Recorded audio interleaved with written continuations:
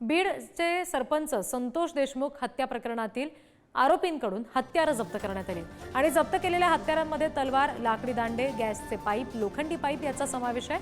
4 लोखंडी रॉड, कोयते, लोखंडी फायटर आणि धारदार कत्ती जप्त करण्यात आल्या। बीड हत्या प्रकरणातले जे आरोपी आहेत त्यांच्याकडून धारदार शस्त्र जप्त करण्यात आलेली आहेत पोलिसांकडून।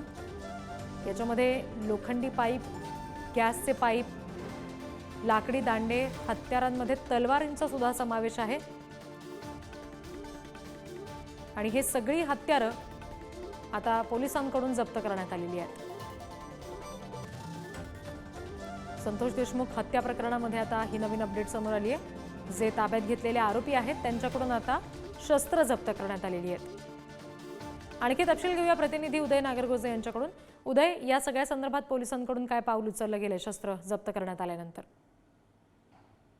नक्कीच संतोष देशमुख यांच्या खून प्रकरणाचा जो तपास सुरू आहे त्या तपासामध्ये एक एक पैलू आता समोर येतोय। कशा पद्धतीनं संतोष देशमुख यांना मारहाण करण्यात आली होती, कुठले शस्त्र त्यासाठी वापरण्यात आले होते, संतोष देशमुख यांच्यावर अंगावर जे व्रण होते, संपूर्ण अंगभर जे व्रण होते ते कशाचे होते, नेमके कुठल्या हत्यारानं किंवा कुठल्या काठीनं, कशा पद्धतीच्या काठीनं त्यांना मारण्यात आलं होतं, हे सगळे प्रश्न निर्माण झाले होते। आणि कुठेतरी या तपासात आता ही बाब समोर आली आहे की गॅसचा पाईप असेल किंवा लोखंडी दांडा असेल, ज्याला पुढे क्लच वायर बांधले गेलेले होते, लोखंडी क्लच वायर बांधले गेले होते आणि त्याच्या सहाय्याने ही मारहाण करण्यात आली होती, आता तपासात समोर आले।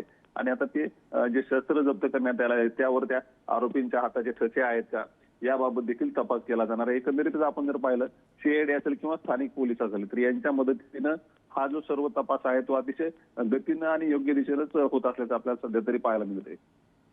धन्यवाद उदय दिलेल्या माहितीसाठी।